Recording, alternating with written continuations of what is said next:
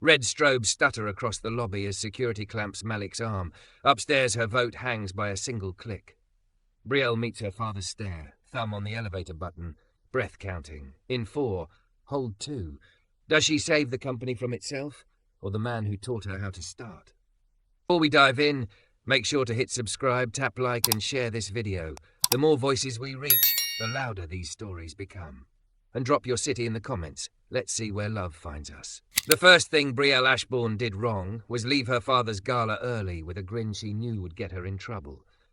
The second was taking the coastal road in a storm that couldn't decide if it was rain or a dare.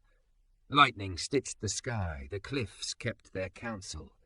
Her vintage midnight blue Maserati purred like a cat until it didn't, until the engine coughed, shuddered, and surrendered beneath a ribbon of salt wind and blinking hazard lights. She was used to the world moving when she told it to. Tonight it just looked back. A battered work truck rolled to a stop behind her. A man stepped out, rain glossing his warm brown skin. He was tall, shoulders squared under a charcoal jacket, the kind of quiet sculpted by long days and fiercer choices. He took in the car, the diamond-pinned updo, the black silk sheath hugging the kind of thick, beautifully curvy body that made cameras turn and men forget their names. He noticed her hands, already smudged with an engine she did not truly understand, and the stubborn tilt of her chin. "You okay?" he asked, voice steady, like a tool you trust without reading the manual. "I'm fine," she said automatically. "The car isn't." He glanced at the hood emblem, then at her, not impressed by either. "You kill it, or it gave up on its own?" Brielle bristled, and then almost laughed. "If I'd killed it, I'd know where to bury the body." "Fair enough," he said. "Pop the hood." She did. Steam lifted like breath into the wet night. He leaned over the bay, his hands sure, measuring, listening. She watched water track along the hard line of his jaw and disappear beneath his collar. He smelled like rain and cut metal and a lemon oil rag, the scent of a life made with hands. He moved a cable, tapped the housing, and shook his head. "You flooded her," he said without heat. "Throttle stuck where your pride lives." "I didn't." She stopped. She had floored it on the last curve, daring the storm to hear her. "So fix it." He looked up at her, eyes steady. "Name's Malik Carter." She blinked. No one introduced themselves to her halfway between the ocean and a cliff. They hovered, apologized, made her problem their emergency. He was something else. "Brielle." "I know," he said, deadpan, like the name meant nothing and everything. "There's a billboard the size of a building between here and town with your face on it." The wind shoved her hair against her cheek. She tucked it back with a smudged knuckle and felt silly in a dress meant for ballrooms, not breakdowns. "Can you help me, or are you here to critique my marketing budget?" That earned the smallest smile. He reached into his truck and came back with a tool roll, wrenches worn down by use rather than neglect. "I'll help," he said, "but she's not a patient. She's a machine. She only speaks one language, respect. Is that what you call it when you yell at an engine?" Brielle stepped closer, the heels of her stilettos stubborn on wet gravel. The neckline of her dress pressed against the swell of her chest with each breath, heat running under her skin despite the rain. "Because I can be very respectful when I get what I want." He didn't look away, didn't look down, didn't flinch. "I don't yell," he said. "I listen." He loosened the intake clamp, lifted the airbox cover like he was opening a stubborn truth, and showed her the filter. Soaked, choking. Water where air should be. He shook rain from it, then tilted it under the lip of the hood where the engine's residual heat could do its small, honest work. "Do you always carry a sermon with your socket set?" she asked, because flirting was armor and she wore it well. "Do you always throw money at a thing until it learns your name?" He countered, not unkind. She stared at him. Most people kissed her ring. He built something in the space where other people grovelled, a boundary, smooth and firm as a fender line. "What are you doing out here?" she asked. "It's the middle of a storm." "Tao call for a minivan with 2 sleepy kids and a dog named Pretzel," he said. "Got them home. Heard your engine cough on the radio like a drowning man and figured I was closer than your usual miracle workers." "My usual miracle workers have better manners." He tightened something with a clean, decisive motion. "No," he said, a small light in his voice.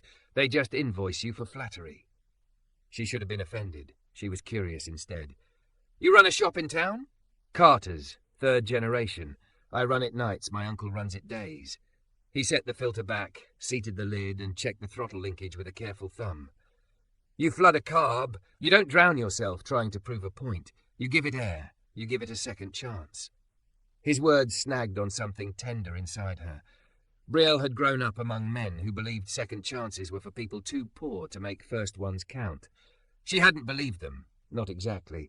She had just never met anyone who spoke about engine breath like it mattered.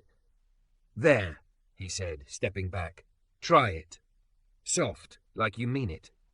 She slid into the driver's seat, rain purling on her décolletage, the leather cool against the fever of her skin. She resisted the urge to slam the pedal. She turned the key. The engine tried, failed, coughed again. Panic needled her. She glanced in the rearview mirror. He was calm, a fixed star in a battering sky. Again, he called. Half pedal, not all. She did. The engine caught, wavered, almost died, then rose with a reluctant throaty rumble that felt obscene in the restless quiet of the rain. She laughed, a bright, shocked sound that people in the boardroom would have called off-brand, and Malik called honest with the small lift of his mouth. He closed the hood. The car sat there purring like a forgiven sin. She stepped out, dress clinging, gratitude lifting her chin. The storm braided her hair in wet gold ropes. How do I pay you? She asked. And if you say respect again, I'll... You'll what? His eyes were not playful now. They were precise. Tell yourself I talked down to you, or that I didn't look at you the way other men do, so it must mean something's wrong with me. Heat pricked her face, not from shame and not entirely from anger either. Is this where I'm supposed to say thank you and leave? Could, he said. Or you could ask why an engine built to run wouldn't, and why a woman built to be followed keeps taking roads that make her alone. The words slid under her guard. She stood there, ridiculous and powerful, soaked and radiant, and felt seen. Not as a headline, as a person with a foot on a pedal she might learn to trust. Get in, she said abruptly. There's a diner 2 miles up. I'll buy you coffee that doesn't taste like despair. We can talk about engines. And respect, he asked, but the teasing was gentle now, like he had measured the talk and found the sweet spot. And respect, she said. They rode with the windows cracked despite the weather, the scent of wet asphalt and heated metal filling the cabin. The wipers beat time. She stole glances at him, at the calluses mapping his knuckles, at the concentration that had nothing to prove. As the neon of the diner came into view, she thought of her father's voice like a gavel. People help you because it's profitable. Tonight, profit had looked like a soaked air filter, and a man with a steady voice. Inside, the diner's chrome was a memory of a better decade. The waitress called everyone Hon and slid 2 mugs toward them, one black as midnight, one with too much cream because Brielle liked contradictions that tasted sweet. Malik wrapped his hands around his cup like he owned the warmth. So, she said, trying casual and missing by an inch. What does a car like mine teach a man like you? He considered. That beautiful things are often unstable when pushed too hard too fast.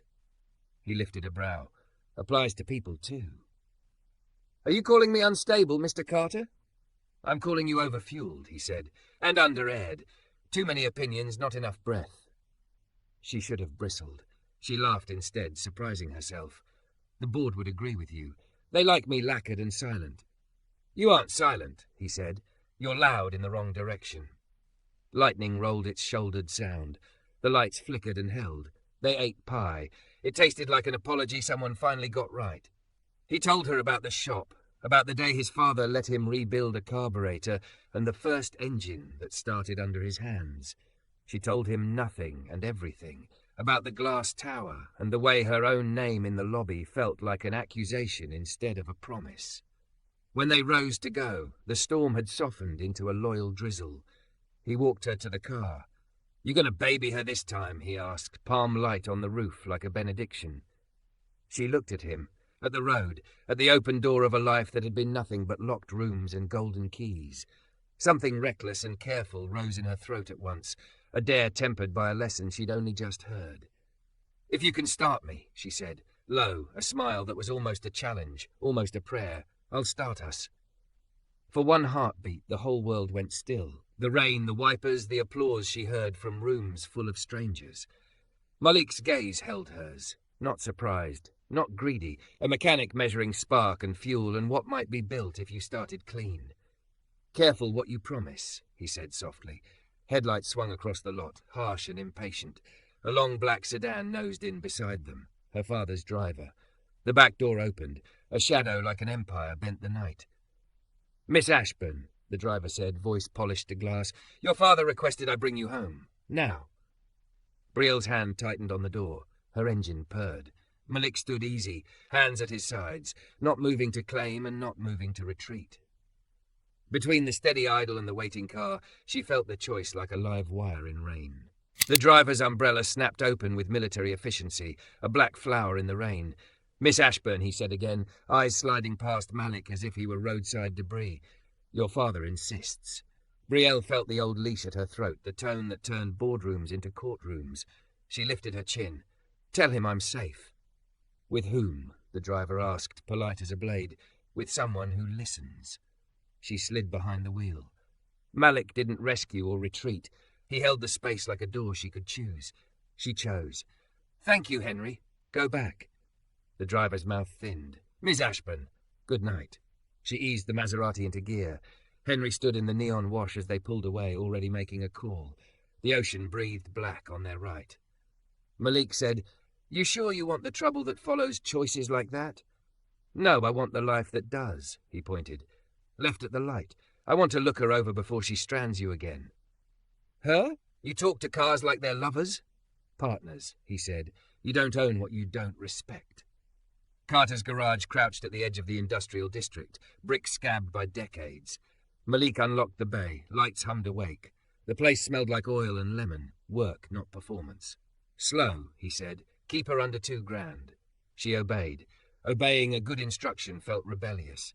He lifted the hood, tracing the intake where water had wandered in. "You push too hard, you drown it. Half pedal buys you time. Teach me. Breathe with your foot. In 4, hold 2, out 6. Turn the key on the exhale." She tried. The engine settled into an idle like a hand unclenching. Satisfaction flashed through her. Power earned, not inherited. "You're a good teacher," she said. "You're a quick study." He nodded toward a kettle. "Water." She wandered to a corkboard. A boy with grease on his nose beside a man with Malik's eyes. A ribbon cutting, a program celebrating the life of Ellis Carter. "Your father?" she asked. "Yeah. He taught me to start things. Uncle Leon kept them running after we lost him." "What did yours teach you?" he asked, pouring hot water into 2 chipped mugs. "How to own the roof and still fear the rain," she said. "How to speak and not be heard. Then maybe tonight you learn the opposite." Her phone buzzed. "Where are you? Your behavior tonight is unacceptable." A link. Diner footage, her laughing, rain-haired and human. Malik opposite, hands around a mug. Headline, "Heiress and Mechanic, Midnight Scene." Comments bloomed like mold. "He's already turned it into a scandal," she said. "That's not on you. Everything's on me when my last name is a building. And when your first name is a person?" She looked at him. "I don't know yet." Rain eased on the bay doors. Somewhere a freight horn mourned across town. "Why did you say it?" he asked. "If you can start me, I'll start us." "Because I'm tired of being an engine no one lets idle," she said. "Because I wanted to choose something not arranged or tax-deductible." He took that in. "I won't be your rebellion, Brielle. I'll be your partner, or I'll be your lesson, not your headline." "What does partnership look like?" "2 people who can start on their own," he said, "then decide to go somewhere together." "And if the road behind me is a convoy of black sedans?" "Then make sure your brakes work as well as your engine." Thunder rumbled. Malik rolled a creeper under the car. "I'm swapping the filter and checking plugs. 15 minutes. "I'll hold the light," she said. Grease kissed his knuckles as he worked. The intimacy of competence wrapped around them. Her phone buzzed again. She didn't look. He finished, wiped his hands, and met her gaze the way he'd met the engine. Listening first. He showed her the throttle play, palm hovering above hers without touching. "Your foot already knows more than your fear," he said. "Listen for the settle." "How?" she asked. "Noise argues. Engines tell you when they're ready." She laughed, breathy. "Then show me how to hear when I'm loud." "Turn down everything you don't own," he said. "Start with your father's voice." The words landed like a tool, weighty. For a moment she could feel the shape of a different life. Her father's name carved the screen. She answered, "Father." "You will come home, now." His voice had carved 1,000 deals. It carved at her. "I'm safe. I don't care whose project this man thinks you are," he said crisply. "The board meets at 9. We will discuss your lapse."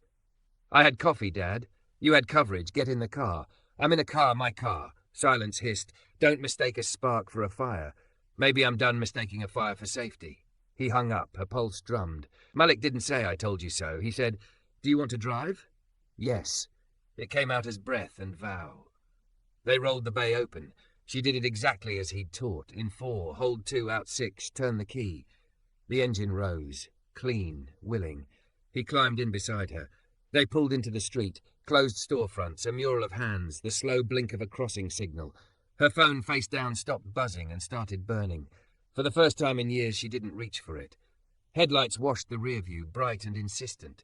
One set, then another. A third took the corner too fast. Malik's jaw tightened, not in fear, but in assessment. "Friends of yours?" he asked. "Family," she said, tasting metal. The lights closed in like a net.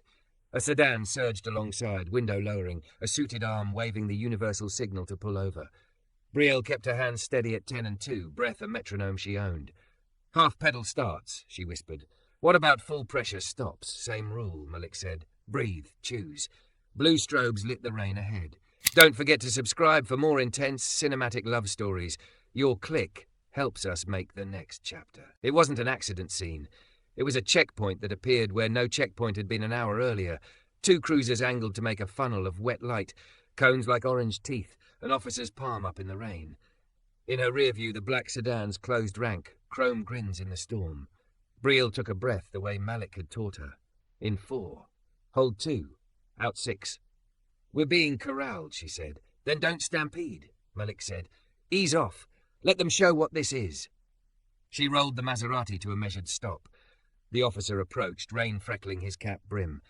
He dipped his head to peer through the window and saw her, saw the dress, saw Malik.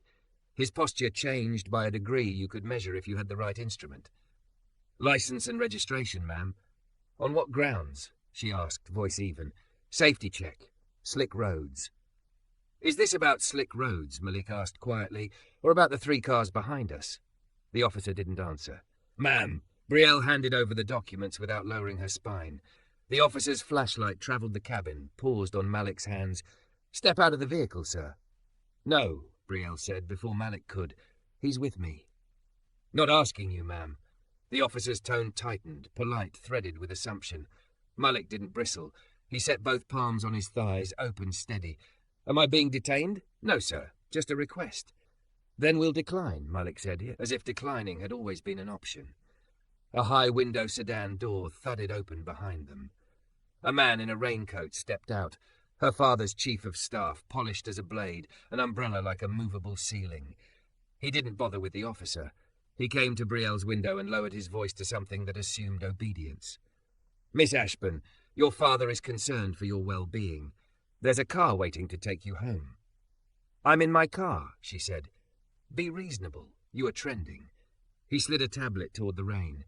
On the screen, a looped clip from the diner. Her laugh, Malik's hands around a mug, comments stacked like a wall. A slice of her life, flattened and misnamed. Malik's voice was soft but held. "You don't have to answer a headline." The chief of staff was already moving to the next tactic. "If you insist on driving yourself, at least allow a security detail to follow." "They already are," she said dryly. "Then let us lead." In the space between rain beats, Brielle heard noise. The convoy, the officers' training, the old script her family had written for her. She also heard something else. The Maserati's idle, steady as a pulse, the quiet weight of Malik's hands, her own breath finding a tempo that belonged to her. "Officer," she said, "am I free to go?" The officer shifted. The chief of staff cut in. "Miss Ashbourne, be pragmatic. You have a board meeting at 9. If you are photographed with—" He didn't finish the sentence, but the dash carried the sediment of 1,000 boardroom smiles. "That will complicate everything." "With the man who kept me safe in a storm?" she asked. "With a mechanic," he said, as if the word were a demotion. Malik didn't flinch. He looked for an instant like a man who had stood in plenty of rain and learned what to save his fire for. Brielle put her hand on the key. The officer's grip tightened on his flashlight. The Chief of Staff's umbrella breathed outward in irritation. "In 4, she murmured. "Hold 2. Out 6. She turned the key. The engine lifted, smooth. She met the officer's gaze. "Thank you for your concern. I'm leaving." "Ma'am." She eased the car forward, not a flinch, not a dart. She made the smallest gap an invitation, and the cones were suddenly only paint. The cruisers stayed where they were because moving would make the pretense visible. The sedans behind balked, then surged. The closest hit a sheeted puddle too fast, water pluming, intake gurgling. The engine coughed, stalled. Malik's mouth tipped, almost a smile. "Half pedal saves lives." "Pride drowns intakes," she said, and felt her own laugh loosen something inside her ribcage. They slid into a side street that ran down toward the wharf, the storm ironing the harbour to a dark sheet. Brielle could feel adrenaline wanting to make decisions for her. She let the car idle along the dock until the strobes bled back into the rain and they were only 2 people and a machine, breathing. "Where now?" Malik asked. "Somewhere I'm not an Ashbourne headline."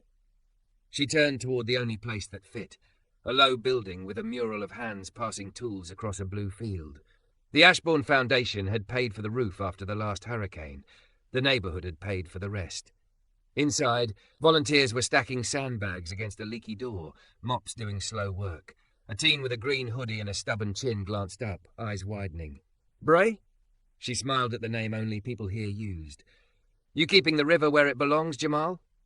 Trying. He noticed Malik, took him in the kids do, inventorying the steadiness. "You know engines?" "Some," Malik said, and the humility in the word made it heavier. A pump clattered like a heart 2 beats off. Malik crouched, listened, then found the clogged screen by feel. When he cleared it, the water changed its mind and flowed where it should. The room exhaled. "Thank you," the coordinator said, grey curls pasted to her forehead, clipboard scuffed with use. "Bree, we weren't sure you'd make it. I needed to remember why we built any of this." She peeled off her heels, stood barefoot on cool concrete, and picked up a bag. She wasn't graceful, that wasn't the point. Malik worked beside her, wordless, strength as ordinary as breath. For 20 minutes the world narrowed to weight and hands and rain, and the kind of exhaustion that cleanse every other kind. When they stopped, the pump hummed like a metronome that had found its song. Malik leaned against a post, breathing the way he taught her. She watched the tendons in his forearm settle, grease black under his nails like a signature. "You grew this place?" he asked. "With people who don't get invited to my father's gala," she said. "They keep me honest, or try to." Her phone vibrated in the pocket of her dress. A text from an unknown number. Board moved to 6 a.m.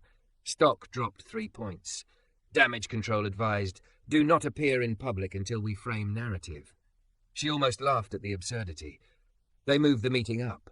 "Good," Malik said. "Less time to rehearse fear." Her laugh died at the look that flickered over his face. Something like decision dropping its shadow. "What?" she asked. He rolled his thumb over his knuckles.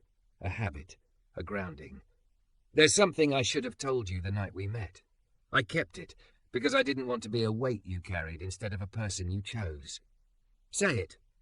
"Carter's bought its lifts from a supplier your father's company acquired. 2 years ago, the new management cut the service schedule to save costs. We asked for the old terms in writing. They sent a PDF with platitudes. The month after, a lift failed under my father. He caught himself. It wasn't catastrophic. The stress test after showed metal fatigue that a service would have caught. He had a heart attack that winter. Doctors say stress is a weather system, not a bolt, but I know where the low pressure started." It was not an accusation, not a hook. He laid it on the table like a piece of metal that had warped and wanted to be seen. Brielle pressed her palm against the cool post. The room tilted, not with guilt, that rotten cousin of responsibility, but with the dizzy recognition of a system she had stood atop without seeing the gears. "I'm sorry," she said, and the words were not the cheap currency she spent on ribbon cuttings. "I didn't know." "I know you didn't. And I didn't tell you because I want to be with you, not against your father. But you asked what partnership looks like. It looks like saying the quiet thing out loud." Wind thudded against the door, testing the sandbag seam. Somewhere in the building a kid laughed, high and clean, proof that the world insisted on ordinary miracles, even in storms. Brielle looked at Malik and felt how a life could be rebuilt when you stopped hiding the bent parts. "Come with me at 6, she said. "Not in the room. I won't make you a prop, but outside. If I walk in there alone, I'll start to believe the story they tell about me. If I see you when I come out, I'll remember the one I'm writing." "I'll come," he said. A low electronic whine zipped across the ceiling. Malik's gaze snapped up. A drone nosed in the far door gap like a curious insect. Lens glittering. Outside, tires hissed. Blue-white light licked the window. "Press?" Jamal said, already reaching for a broom like it could knock a camera out of the sky. "Let it film," Brielle said, surprising herself. "If they want a story, give them the one where people stack bags in a storm." The drone hovered, framing her in its indifferent eye. Damp hair loosened from its pins, the black dress streaked with concrete dust, a woman built like a headline and trying to be a person. Malik stepped back into shadow, not hiding, just refusing to be arranged. Her phone rang. Her father's name filled the screen like a verdict. She didn't answer. She typed instead, thumbs steady. "At 6, I'll propose a safety fund tied to service schedules for every supplier we've squeezed. We'll restore the old terms with interest. We'll publish the contracts. If the board refuses, I'll go public. If you try to stop me, I'll resign." She hit send. For a moment there was only the pump's hum and the rain's slow applause. Then the door opened, and the Chief of Staff stepped in, rain furred at his shoulders, 2 security men behind him. He took in the sandbags, the drone, Malik's calm, Brielle's bare feet, and frowned as if the wrong arrangement of chess pieces had appeared. "Miss Ashbourne," he said, tone chilled. "Enough." Brielle picked up another bag and set it in the seam without looking at him. "Not yet," she said. Behind the Chief of Staff, the blue strobes bloomed brighter, washing the room in cold light as footsteps entered the hall, footsteps she recognized from a lifetime of arriving before she'd chosen. The footsteps belonged to her father. He filled the doorway like an answer he'd already decided on, rain beading on the shoulders of a charcoal coat, tie still a perfect line at 5 in the morning. Security flanked him, faces blank.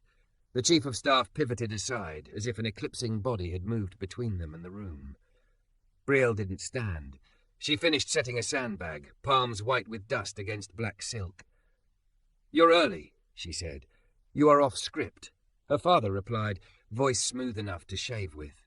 His gaze touched the drone, the volunteers, the water sluicing where it should, because someone had cleared the screen. It landed on Malik and paused there, the way a surgeon's finger pauses above a scalpel. "Mr. Carter, is it?" Malik didn't look away. "Yes, sir. Thank you for returning my daughter to her car last night." The courtesy was precise and bloodless. He turned. "Brielle, home. We'll address your text at the board." She wiped her hands on a towel someone passed her. "You've read it, then. I've read a threat dressed as principle. It's a principle dressed as a plan." He stepped into the room. Rain made a thin sheet behind him. "You propose to sign away margins in a market storm. You propose to publish private contracts. You propose to tie executive compensation to vendors' maintenance schedules as if we were a charity and not a company entrusted with other people's money." "As if people's lives weren't in the cash flow," she said. The drone's lens turned like a single cold eye. He noticed it. "Kill that," he said to the Chief of Staff. "It's not ours," Brielle said, "and it's filming exactly what I want it to film." Jamal, green hoodie, stubborn chin, hovered at the pump like a junior sentry. He didn't speak, but Brielle felt the room's weight shift behind her. These were her people when the boardroom couldn't find a map. Her father's gaze went to her bare feet on concrete, to the smudge on her cheek, to the dress cut to fit a gala, and now streaked with work. His mouth thinned in a line that had taught her the price of deviation. "Look at yourself."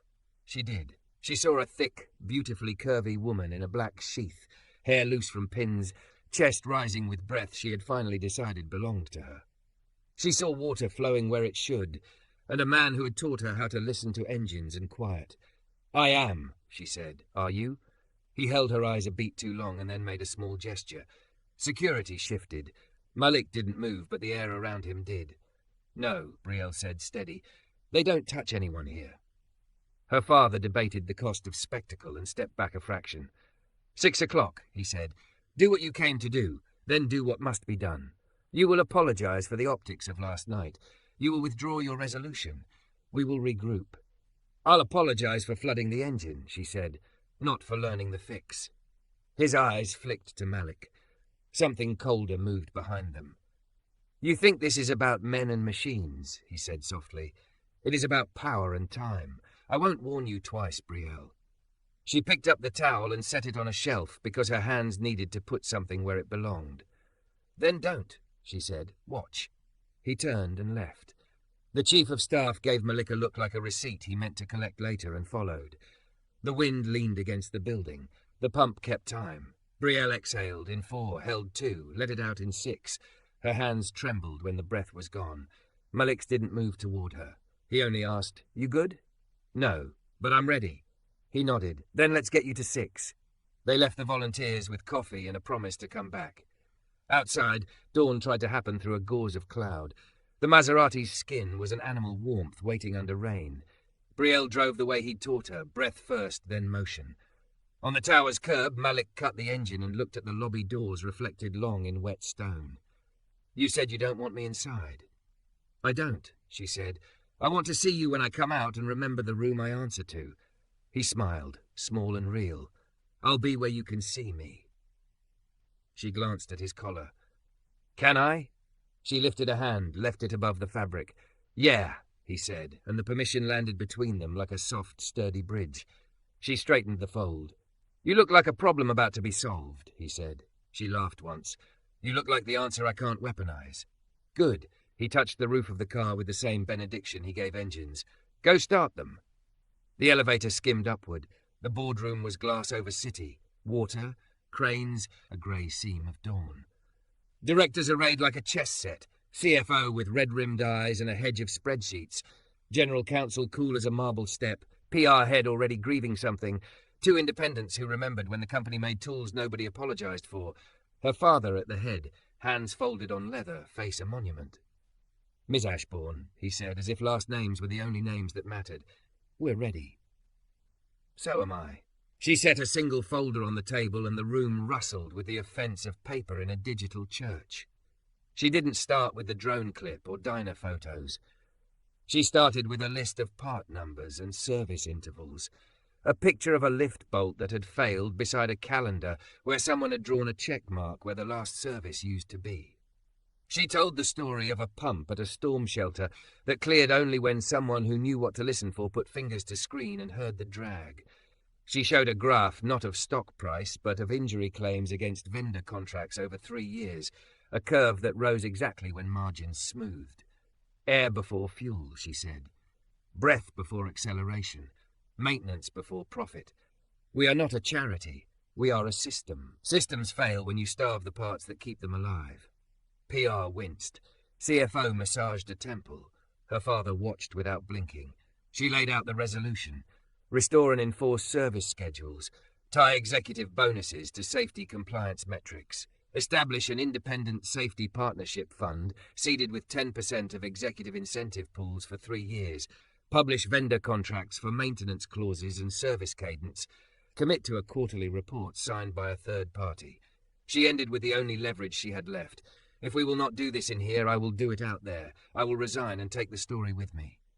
Silence settled like oil on water. CFO spoke first, voice thin. The cost. Less than a recall. Less than a class action. Less than a funeral. General counsel tapped a pen. Publishing contracts invites competitive poaching. Publishing integrity invites loyalty, Brielle said.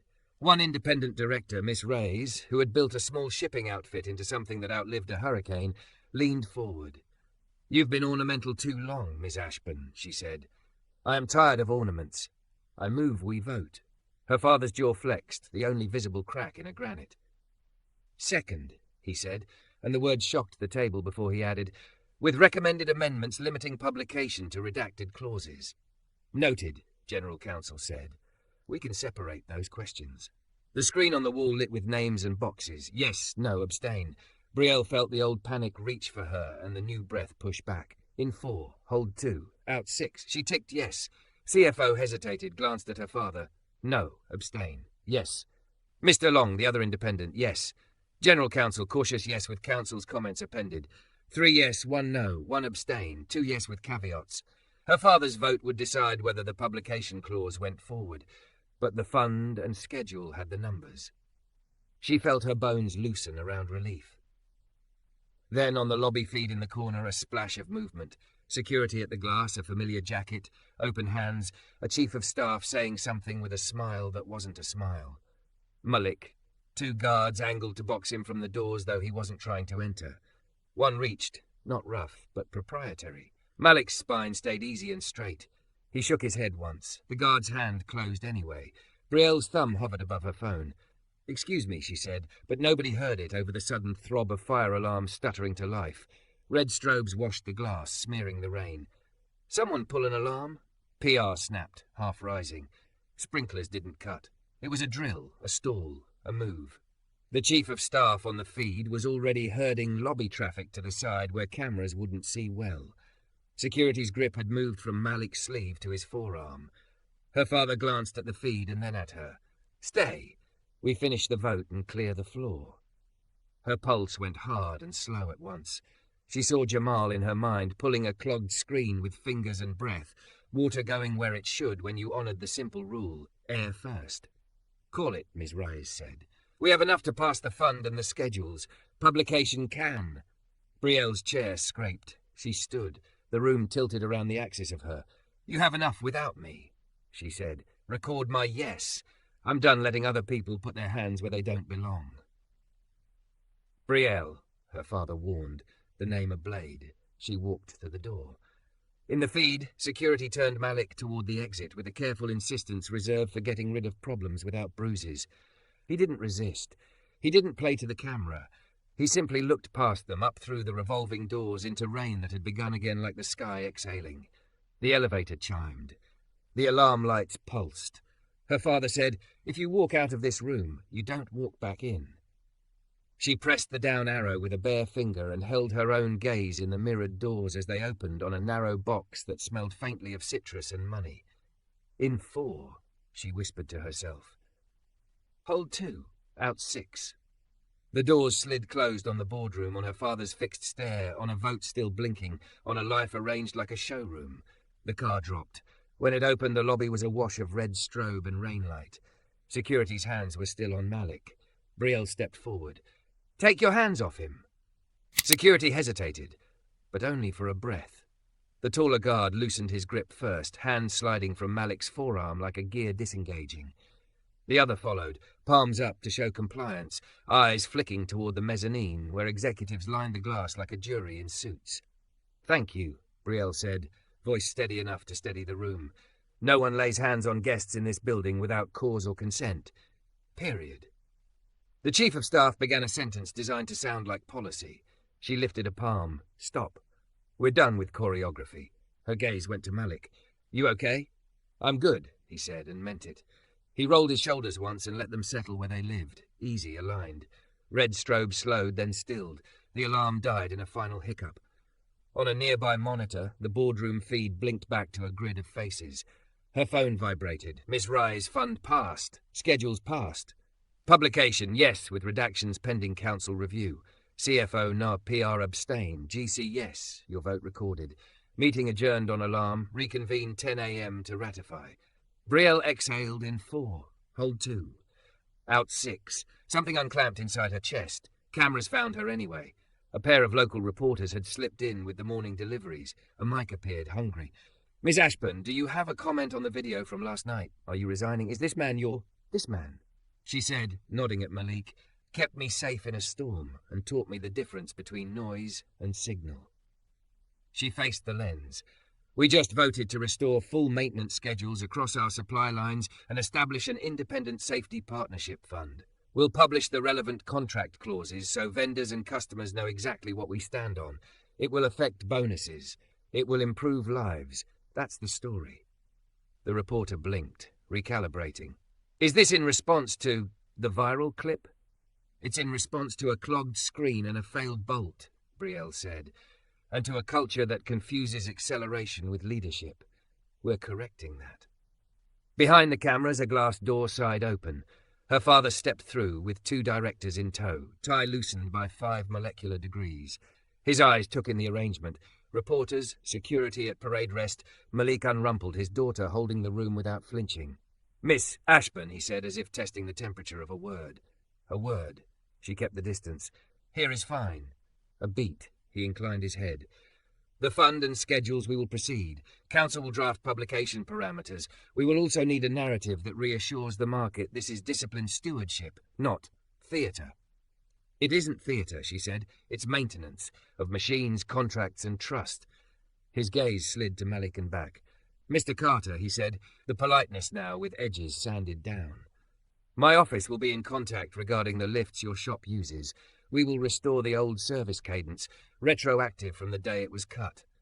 Malik's face didn't change much, but something moved behind his eyes, a storm line lifting off a horizon. "That will keep people alive," he said. "Thank you." Her father's look returned to her. "You won your vote. Now you will apologize for last night's optics and issue a statement that reframes all this." "I'll apologize for not asking for help sooner," she said, "and for flooding an engine. After that, we publish the plan. The rest can trend itself into boredom." Silence was a third party between them. For the first time since she had learned the shape of his disappointment, her father's gaze softened by 1 degree. Not approval, not surrender. Recognition. "You sound like a CEO," he said quietly. "I intend to act like one." He nodded once. 10 a.m. The suits flowed around him up the stairs like a tide in reverse. The chief of staff lingered a heartbeat too long, then followed, inventorying levers he could no longer pull without being seen. "Breathe," Malik murmured. She did, and the building felt like it shifted a fraction to accommodate the air. A volunteer from the shelter burst through the revolving doors, grey curls, clipboard raised like news. "It's holding," she said, breathless. "Water's dropping. Jamal says to tell you the pump sings when it's happy." Brielle laughed, the kind that spills rather than poses. The reporter cleared her throat. "Can we get a formal soundbite?" "You just did," Brielle said, and turned her back to the lens because she was done being eaten alive by it. They stepped into the damp morning. Streetlights timed themselves off. The city yawned awake. Vendors lifting shutters. Buses sighing, gulls arguing policy overhead. The Maserati waited, beaded with rain, patient as a dog that has finally been taught to heel. "I have an hour before the ratification," she said. "Want to see something?" "Lead," Malik said. She drove toward the river, away from the towers, to a strip of warehouse road where the sky felt close enough to touch. She parked beneath a mural, a familiar one, hands passing tools. "My mother loved this wall," she said. "She said it looked like the way a city holds itself together." "You talk about her in past tense." "Cancer when I was 19, she said simply. "She was the breath in our house. After everything accelerated and nobody asked if we could still steer." He didn't reach for her. He stood beside her with a listening that let space be useful. She opened the trunk and pulled a narrow box from beneath the emergency kit. Walnut, brass hinges. "I was going to give this at the gala." She handed it over. "Now feels better." He weighed it in his hands before he opened it. Inside, a torque wrench, beautifully machined, handle engraved in clean script, Carter's. Below it, smaller text. "Measure twice. Breathe first." He ran a thumb over the letters like you touch truth. "Brielle, it's selfish," she said. "I want the person who taught me to listen to engines to help me build a company that listens to people. I want to formalize an advisory council, mechanics, shop owners, foremen, coordinators. Paid, with power. I want you to chair it, not as a favor to me, as a partnership with what we claim to be." He let the silence sit long enough to see if it settled right. "I'll do it," he said, "but on terms that keep us honest. No photo ops to launder bad decisions. No Malik says used as a weapon. If I say we stop production to fix a clause, we stop." "Deal," she said. Then, because the world had taught her to differentiate between wanting and taking, she added, "And personally, last night I said a reckless line. I meant the vow, not the pressure. I want to start something with you, not as a headline, as a choice made on a quiet morning when cameras aren't looking." He smiled then, small, relieved. "You just described this morning." A gull cut the sky like a signature. Somewhere a ship horn sounded low and sure. "Teach me one more thing?" she asked. He nodded toward the car. "Pop the hood." They stood shoulder to shoulder over the engine like two conspirators planning an honest future. He walked her through each piece he'd touched in the storm. Filter, housing, linkage, naming where air enters, where fuel waits, where spark happens. He set his hand near hers without crowding. "You start her," he said. "This time, not because you're running from something, because you're choosing where to go." She slid into the driver's seat. In the glass she saw herself as she was, hair messy, dress wrinkled, chest full. Not a statue, a person. She set her foot, counted. In 4, hold 2, out 6. The engine answered, no drama, just readiness. Malik leaned on the open door and looked at her like a mechanic looks at a fix he trusts. Not with worship, with respect. "Where to?" "To 10 a.m. to put ink on what we passed," she said. "Then to Carter's with a new service contract. Then to the shelter with breakfast. Then," she smiled, reckless and careful at once, "to wherever the road feels like a life, not an alibi." He tapped the roof with that same benediction. "Then let's not waste daylight." They pulled into traffic that felt different because she did. The tower waited, but it no longer felt like a mouth. At a red light, her phone lit with messages. "Miss Ray's, proud of you." "Jamal, pump still singing." "Father, we'll discuss terms." The last one hung there like weather, not fate. At the curb, she cut the engine and turned to him. "One more boundary," she said. "No matter what happens upstairs, I don't use you as proof of anything. And I don't let you turn our fights into fuel," he said. "We stop when we need air." "Deal," she said again, liking the word more each time it meant something. He lingered, searching her face the way a good ear searches a misfire. "You're shaking." "Adrenaline," she said, "and hope. They feel similar." He laughed softly. "They sound different." "How?" "Hope idles lower," he said. She kissed him then, simple and present, the kind of kiss that doesn't negotiate with the room, only with the person in front of you. When they parted, both of them were smiling like they'd just tightened the last bolt and the engine had taken it. "Go start them," he said. She went. Up through glass and carpet and old air, into a room that would always try to rename things. When the questions came, she answered in numbers and names and the sound of a pump singing. When the vote reconvened, it held. Council carved the redactions smaller than the truth they revealed. The funds stood. The schedule stood. The market flinched, and then thought. At noon she walked out to find Malik, where he said he'd be, leaning on the rail, jacket damp at the shoulders, the city throwing light around him like a promise it could actually keep. She didn't raise her arms to be claimed. She didn't lower her head to be spared. She breathed. In 4, hold 2, out 6. "If you can start me," she said, smiling because she finally knew what she meant, "I'll start us." He didn't answer with a line. He held out his hand. She took it, and together they stepped into a day that felt entirely theirs. Engines humming, systems maintained, a road unfolding not as a dare but as an invitation, long, honest, and open to the horizon.